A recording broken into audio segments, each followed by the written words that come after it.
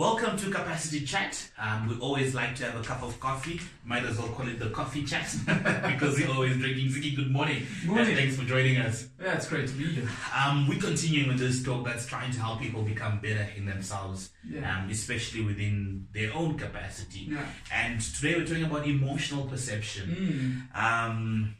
Is it the perception of emotions? I don't know. You always try and mess up the words, try and see if you can get it. Ziggy, what's emotional perception and what does it entail? It's really perceiving your emotions, understanding where they come from, and then because of that understanding and perceiving your own personal emotions, you're able to manage them more. Very often when I explain emotional perception, I feel like I'm explaining emotional intelligence. It sounds like that. And it's a very core part to emotional intelligence. Okay. Because it's really the first step. It's knowing what's happening within here. And it sounds silly when you talk about it. People think, that's basic. No, but everyone does that. But very few people do. I've read studies where they said that over 85% of the people in the study were not self-aware.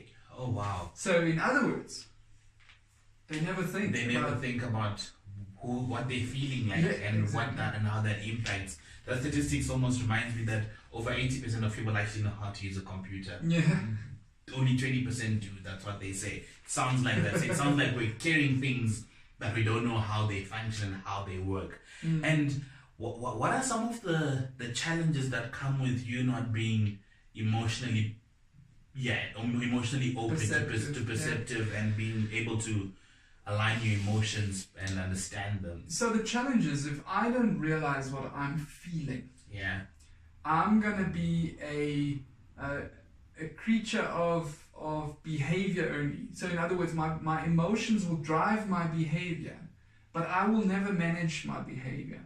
Because I don't think about the drive behind the behavior. Okay. So I'll be doing things that I shouldn't be doing. So you become more reactive than anything. Yes. It becomes something that happens and you're not sure of why it's happening, but it's coming out in reaction and in behavior, and you're not in control of how that's coming out. Yeah.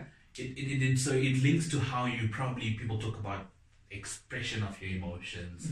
It tries for me, it gets me into that whole idea that I do something to you today and you don't say anything about it, and I think it's okay for me to do it again, and I do it again tomorrow, and I do it again the following day, and then the fifth day you decide that you're gonna take everything out and throw everything and explode. Then you're probably not emotionally aware because you're not paying attention to what I'm doing that's affecting you on day one. And when you explode on day 5, I'm like, what?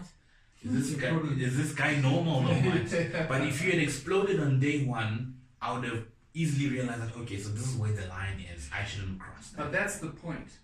If I was emotionally perceptive, I would not explode on day 1. I would communicate to you, this is the emotion it creates. And you would understand what's happening within me. And you would alter your behavior.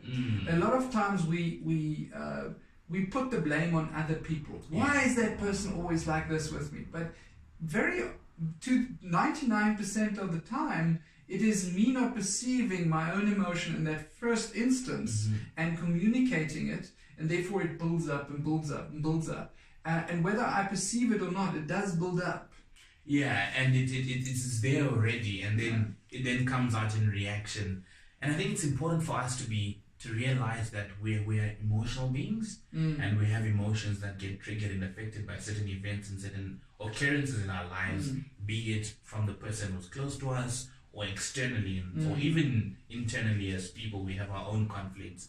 It's important for you to realize probably how that transcends to your behavior, so that you're aware, and maybe you can't control it, but you can try and manage it.